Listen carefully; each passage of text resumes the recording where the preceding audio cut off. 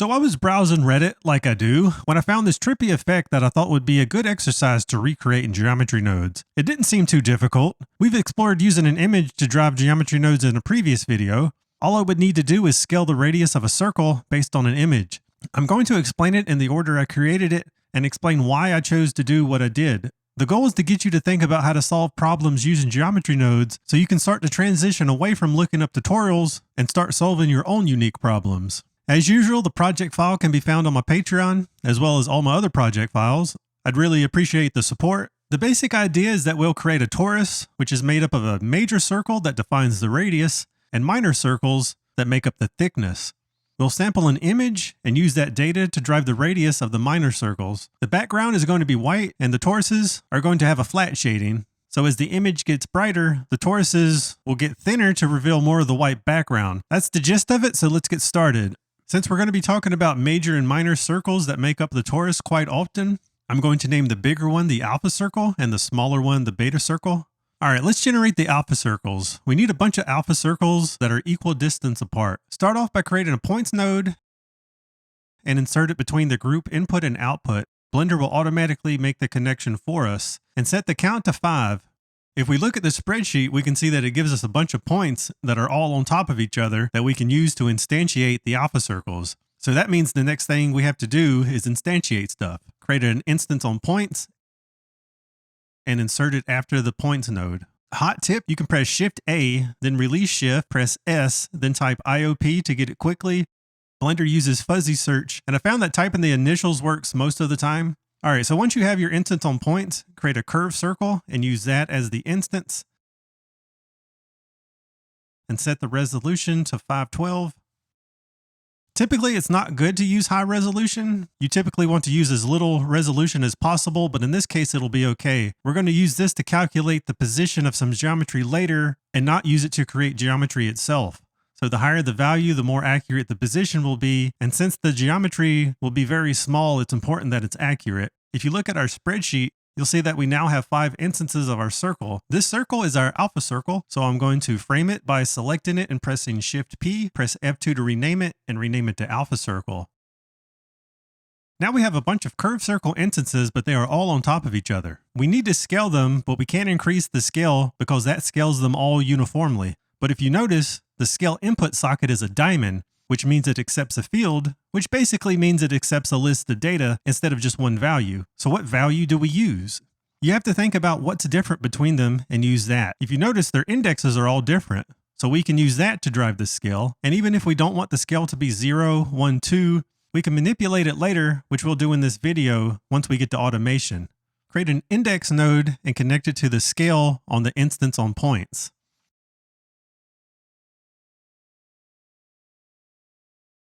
All right, that's good and all, but if you count the number of circles, we only have 4. That's because the index starts at 0, so there's going to be one that gets collapsed to nothing. So create a math node and insert it after the index,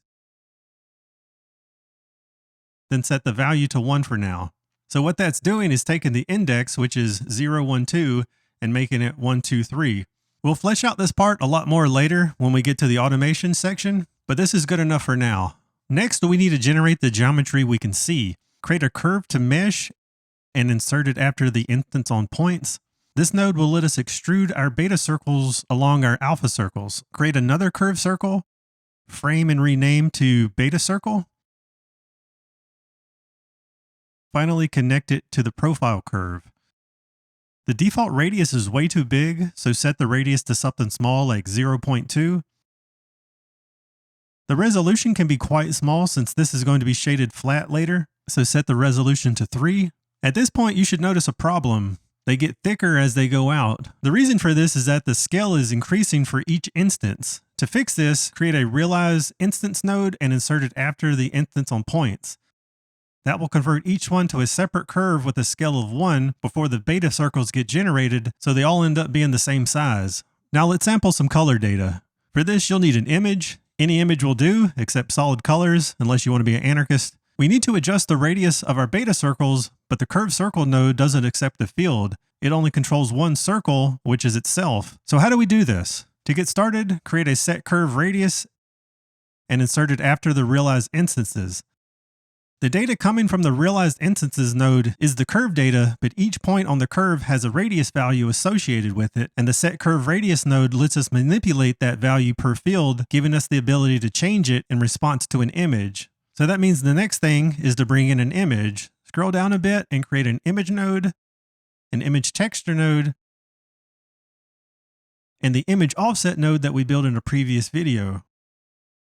This node takes an image and automatically offsets it so it is placed in the center of the world. Typically an image is flush with the X and Y axis, so the center of the image is in this quadrant, but that makes a lot of things more difficult to work with. This node centers it, which makes life a lot easier. And I'm going to copy everything inside this node by selecting it, press Tab, then box select everything inside except the group input and output nodes, then press Ctrl C to copy. Don't even try to cut it since it doesn't work for some reason, at least in this version of Blender. Press Tab again to back out, finally paste it with Ctrl V. Now you can delete the group node.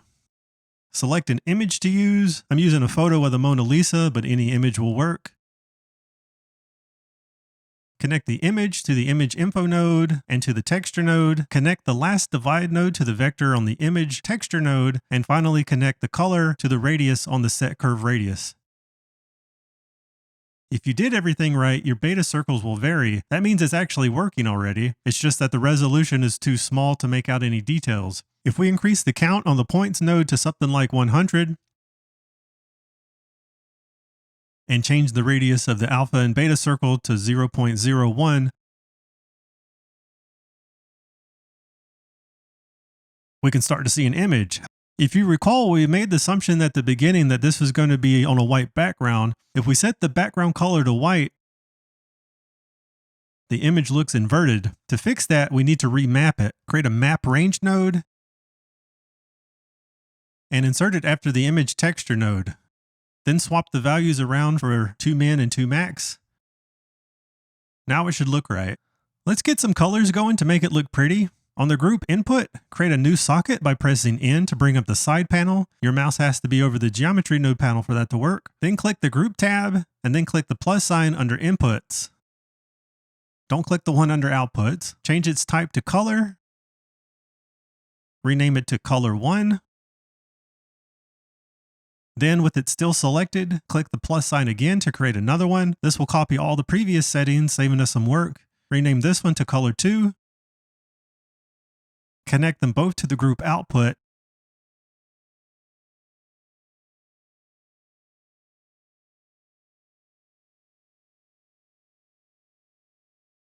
And finally, under output attributes, give them the name color-1, all lowercase, and color-2, all lowercase.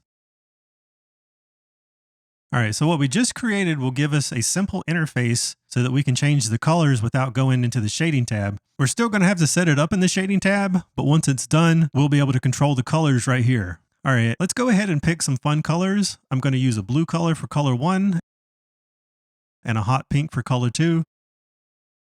Color 1 is going to be the color that appears in the center, and it will fade out to color 2. We're also going to need the location of the center, so create an empty plane axis by going to Add, Empty, Plane Axis, and rename it to Center. Click back on the default cube and then drag the center back into the node tree. Connect the location to a new socket on the group output. While we're at it, also connect it to the position on the points node.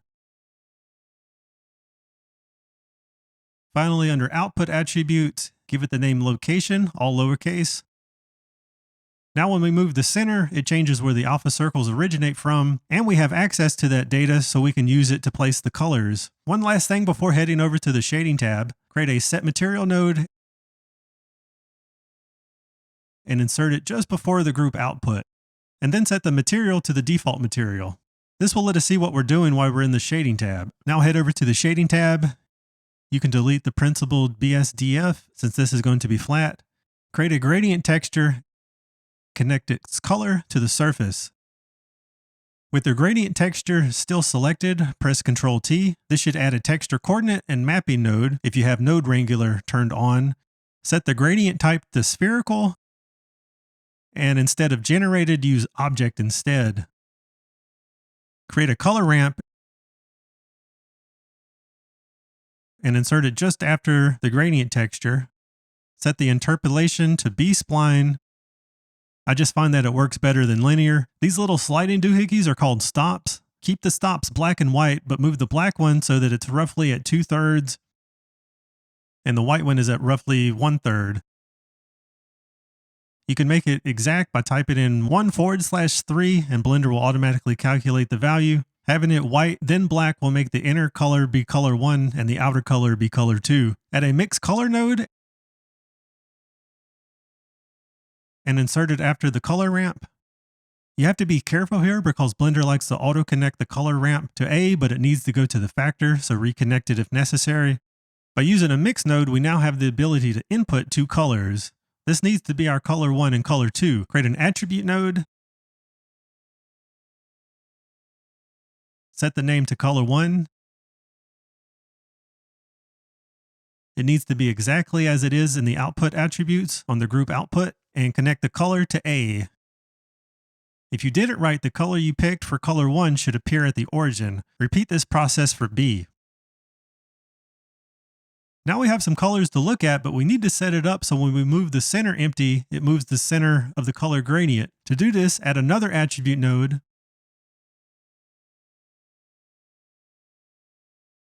Set its name to location, and connect the vector to the location on the mapping node. If we move the center empty, the center of the color gradient moves, but it pivots around the origin. To fix this behavior, create a vector map node and insert it after the attribute node. Set its operation to multiply and change all the values to -1. Now when we move the center, it behaves correctly. If you wanted to, you could set up a camera and render this out, and you'd have a half-decent image already, but you might get a little frustrated with how difficult it is to adjust anything. For example, adding more alpha circles adds them to the end, which means you have to scale everything down for them to make a difference, and scaling them down involves making very small changes to an already very small number, which, as you can imagine, is a pain. Additionally, we have a lot of unnecessary geometry. We don't need anything outside the bounds of the image, and you'll notice that there's a ton of resolution near the center, while the outer barely has any resolution at all. To get the outer looking good requires a very high resolution, which also means that the inner resolution is so ridiculous that it's wasteful and slows down the computer. Also, each beta circle is made up of 3 sides when it would work just as well with 1. So there's 4 things we need to do. Add automation so everything is easier to adjust. Delete the geometry that is outside the bounds of the image. Resample the curves so the geometry is more uniformly dense. And finally, make each beta circle one-sided. I'm going to tackle the last 3 first, since it greatly improves performance, and they're not that tricky to do. Create a resample curve node, and insert it after the realized instances. Set its mode to length. This will resample the curve every so often based on a length.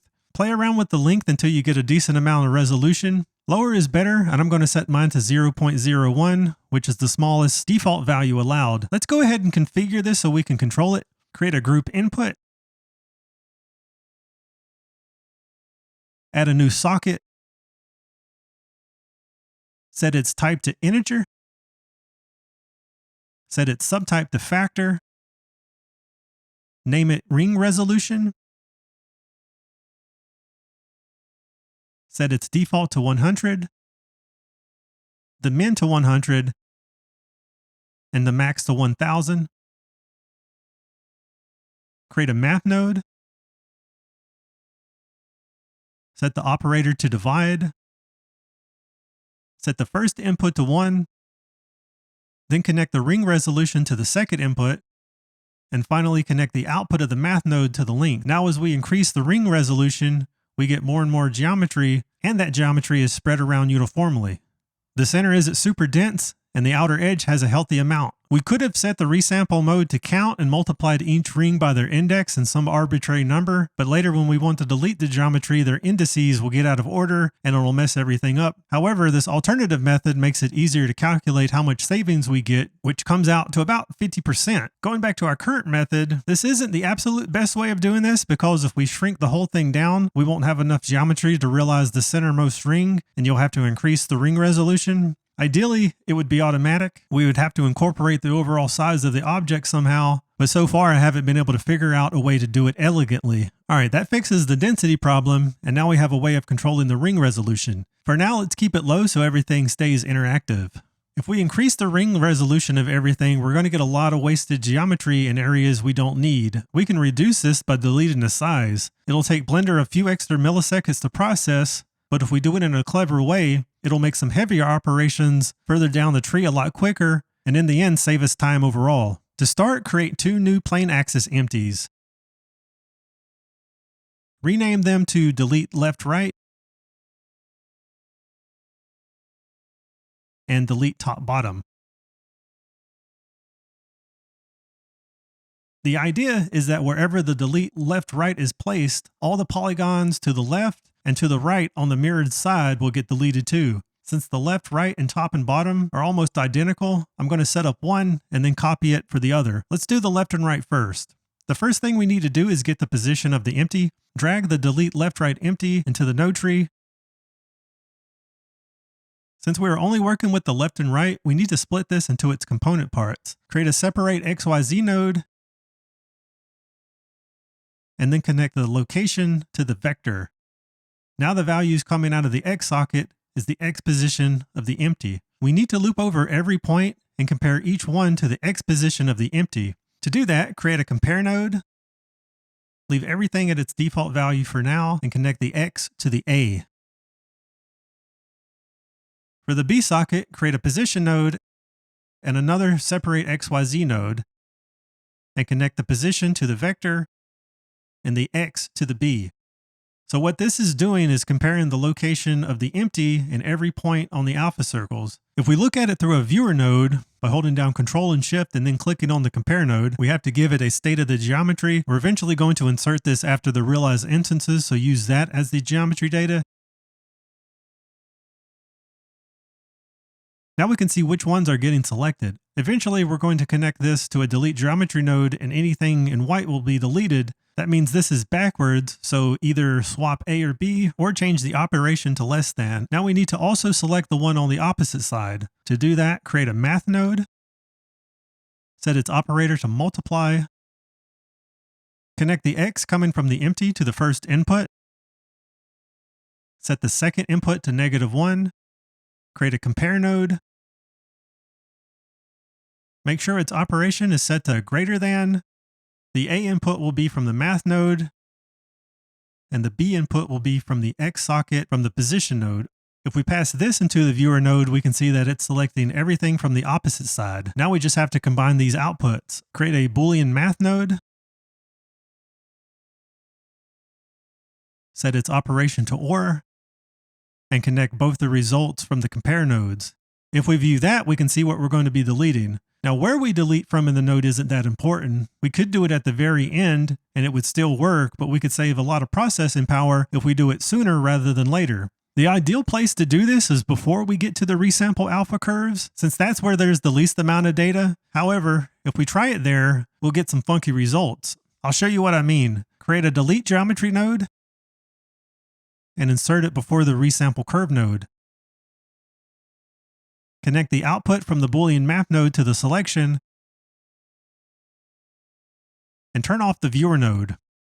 It's kind of working, but we have some weird issues going on with the edges. There's a lot of extra geometry. So what's going on? Basically, when you have a curve and you delete a point on it, it doesn't cut it like a mesh does. The point gets removed, but Blender reconnects the curve. So for example, if we had a spike shape like this, when we delete the tip, we'd have a line. If this was a mesh, we'd have 2 separate points. So to fix this, create a curve to mesh and insert it before the delete geometry. Then create a mesh to curve and insert it after the delete geometry. This takes the curves, turns them into polygons, which are just points and edges, deletes the geometry without reconnecting anything, and then converts it back to curves. I wish the delete geometry node could have a mode so it doesn't try to reconnect curves automatically, because I feel like we shouldn't have to do this workaround. Either way, that's how you do it, and since we did it before the curves get resampled, this greatly reduces how much work the resample curve has to do. To finish up, we have to delete the top and bottom, select all the nodes for the left and right, press Shift-D to duplicate them, and then move them somewhere. Set the object to delete top and bottom, and finally use the Y value instead of the X. You can hold Control while holding down the left mouse button to reconnect the outputs. Do this on both separate XYZ nodes. Duplicate the Boolean math node and reconnect everything.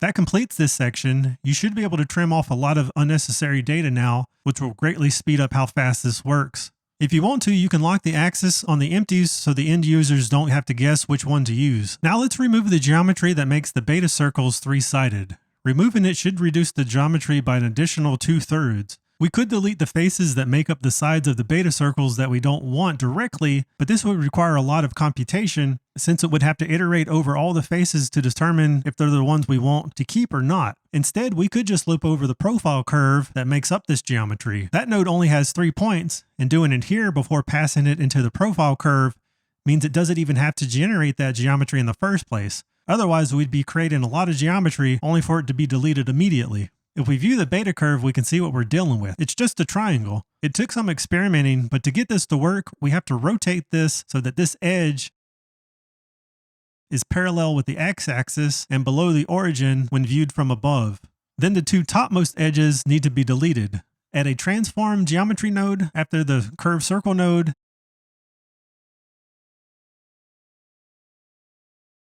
and rotate it 90 degrees on the x-axis.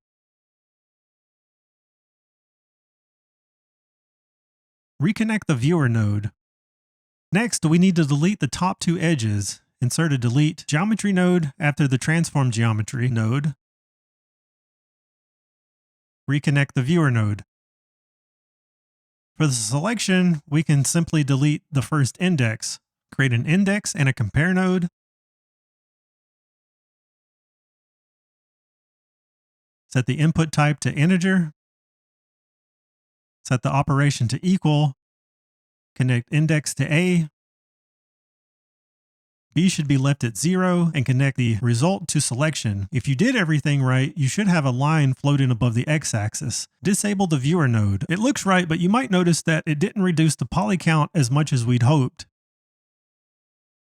It's only getting reduced by 1/3 instead of 2/3 like we predicted. And if you look at it in solid shading mode, it looks awful. So what happened? The reason, again, goes back to how Blender treats curves when their points are deleted. This time, because the curved circle is cyclic by default, which means that it always forms a closed loop, if you go from a triangle with 3 points and 3 edges and remove one of the points, it'll create a line with 2 edges between the points, meaning we have overlapping geometry. To fix this, simply create a set spline cyclic, insert it after the curved circle,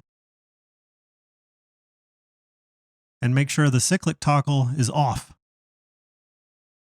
That fixes the mesh and reduces the poly count by an additional half. Since we deleted this geometry before it entered the rest of the tree, we actually saved ourselves a lot of computation. I've set this tree up in a different way where the geometry gets created and then deleted. Doing it this way takes about twice the time to process. It's not a big deal for my machine since it can run this in close to real time even when it's unoptimized, but slower machines would probably struggle. Basically what I'm trying to say is that the order matters. We can have the exact same output, but one runs much smoother because we set it up in a clever way. If we view it from the side, you'll see that it goes all over the place in the z-axis. That's because the line that's coming out of our beta circle is not centered, so when it gets scaled uniformly, it ends up moving up and down in the z-axis. Like before, we could use a set position node to set all the points flush against the xy plane, but it's actually possible to do this within our existing nodes. View the delete geometry node on the beta circle. We could translate this by some number, but that number is difficult to calculate, and it's much easier to just set the x scale to 0. And that will bring it to the center. Now when we view it from the side, it's flush with the ground.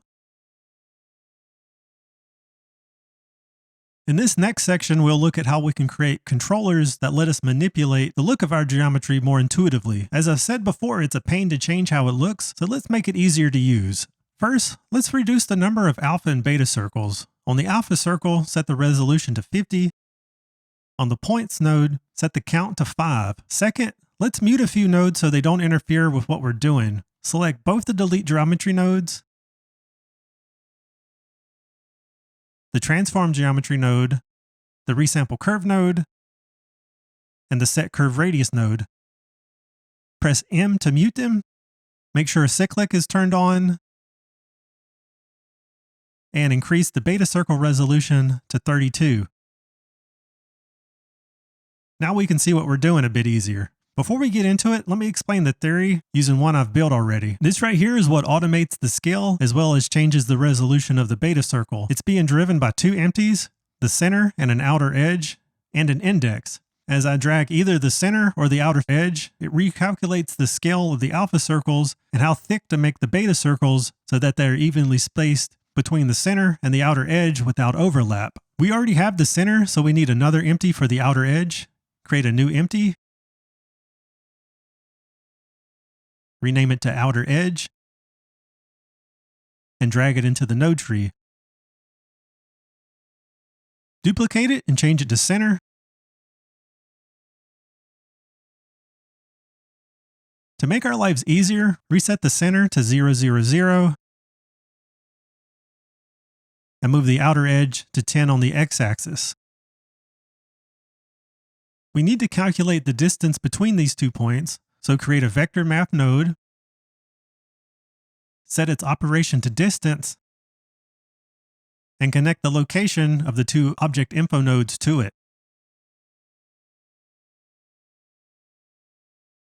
Create a new socket on the group input. Its type should be integer. Its subtype should be none. Rename it to ring count. Set the default to 5, the min to 1, and the max to 300. This effect loses its charm if it's too high. I wouldn't even get close to 300. Create a new group input.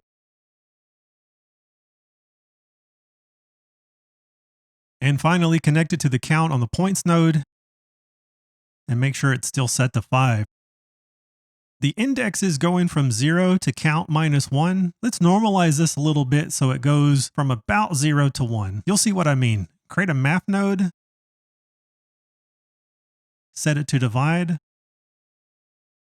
The first input needs to be the index.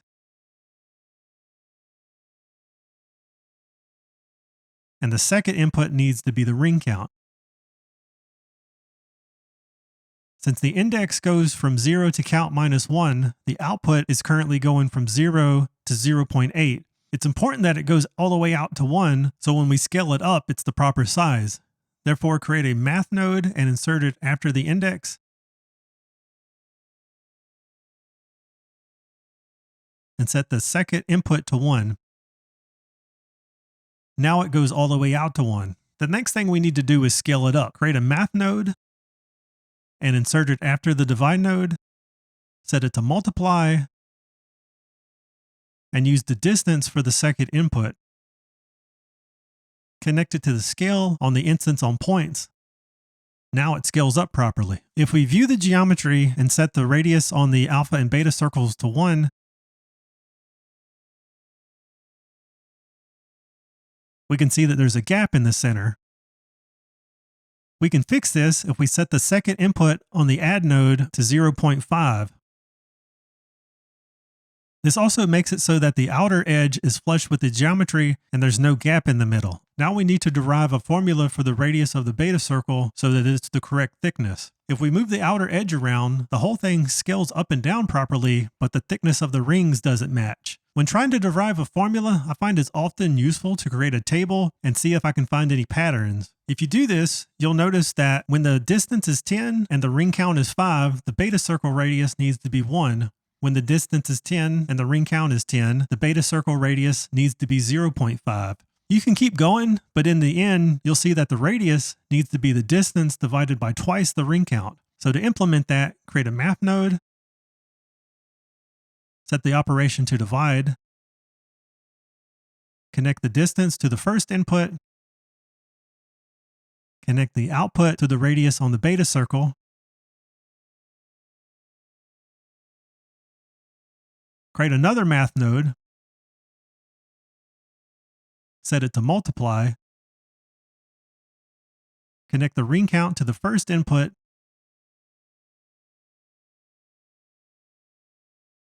and the second input to 2, connect its output to the second input on the divide node. Now we can change the size of the overall shape intuitively, and we can adjust the ring count, and they all get squashed together between the center and the outer edge without us needing to do anything else. However, there's a slight issue, but it's easy to fix. We increase the resolution of the beta circle to help us see what's going on, but remember, this gets simplified to a triangle.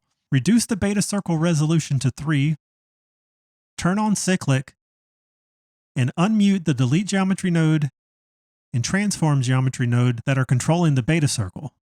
Since it got reduced from a circle to a triangle, we have to scale the beta circle up by a small amount. We went from a circle with diameter d to an edge of a triangle that's inscribed inside a circle. I'm not going to work it out here since this video is already getting quite long, but if you did, it would work out to 2 divided by the square root of 3. So create a math node, set it to multiply, insert it just before the beta circle, and for the second input, use 2 divided by the square root of 3. That'll create a perfectly flat plane with no intersections or overlap. Now we can unmute everything, and it's much easier to play with.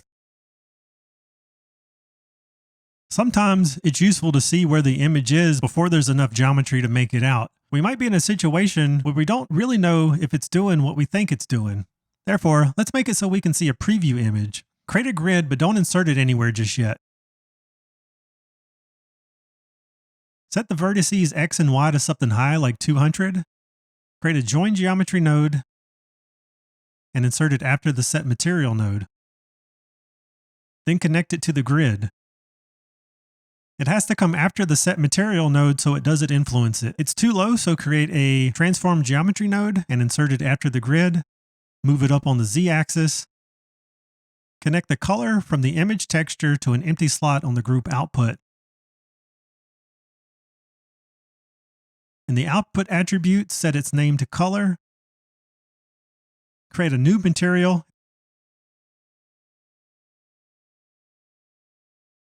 and rename it to My Color. In the Shading tab, delete the principal BSDF, create an attribute node, set its name to Color, and connect it to Surface. Back in the Geometry node tab, create a set material and insert it after the Transform Geometry node. Set the material to My Color.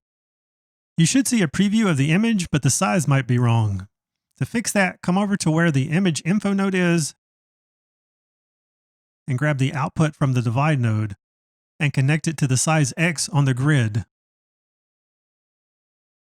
The image offset logic always assumes the height of the image is 1 meter and then it scales the width so it's the proper ratio. So just leave the size Y alone and everything should line up perfectly even if the image is wider than it is tall. It'll all get automatically adjusted. Now it's blocking our view and there's no way to turn it off. Create a switch and insert it just after the set material. Reconnect the geometry data from false to true. Since we want to see it when the switch is active, connect the switch to an empty socket on the group input. Bump it up to the top just under the first socket and rename it to Preview. Now we can turn the preview grid on or off. You might also like to connect the resolution of the grid. At this point, you should know how to do that, so I'm just going to leave that as an exercise for you. We set this up under the assumption that the background would be white, but the end user might like a dark colored background. If we set the background to black, that gives us an inverted look, which isn't ideal. To fix this, select the preview socket on the group input node and create a new socket. Keep the type to Boolean, rename it to invert. We're going to use this to control the inversion. Create a switch node, set its input type to float, set false to 1, and keep true to 0.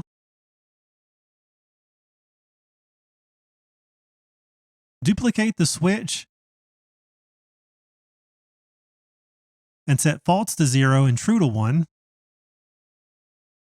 Connect the invert socket to both switches. Then connect the switches to the 2 min and 2 max on the map range node.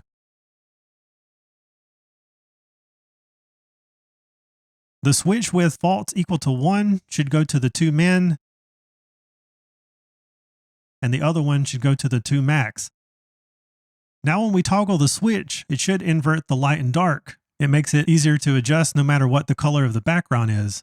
All that is left to do is play around with the settings until we get something nice and then render it out. To help speed up this process, I've included a script in the project file. It sets up the camera to the precise location and scales it so it matches the image exactly. It assumes there is a camera named camera in your scene, and it always uses the first image that was imported into the scene. So if you swap out images, you need to purge the unused ones by going to Orphan Data, Purge, and then rerun the script. The output resolution will be the resolution of the original image, but you can scale it up or down by using the scale variable here. We can then use our empties to trim off any excess and play around with the settings some more. Find it works best when the ring count is low. If it's too high, it loses some of the magic. When you view the results, make sure you're looking at it with a 100% zoom, not a 110, not 90. You can do that by pressing 1 on the numpad or by going to View, Fractional Zoom, Zoom 1 to 1. Otherwise, it'll give you a really weird effect, especially if you have a lot of rings, and because of this, you won't be able to judge it properly. Here's a few tips I want to share. If you're getting these spots where you have a bunch of them the same length, where it looks like there's a knife cutting through it, and you want to make it not do that, you have to increase the resolution of the alpha circles.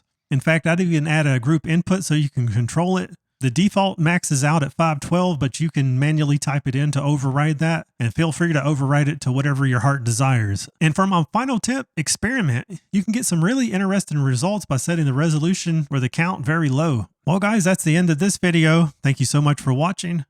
If you learned something new, please consider subscribing or leave a like. Hopefully I'll be seeing you guys again soon. Until then, have a good one and take care.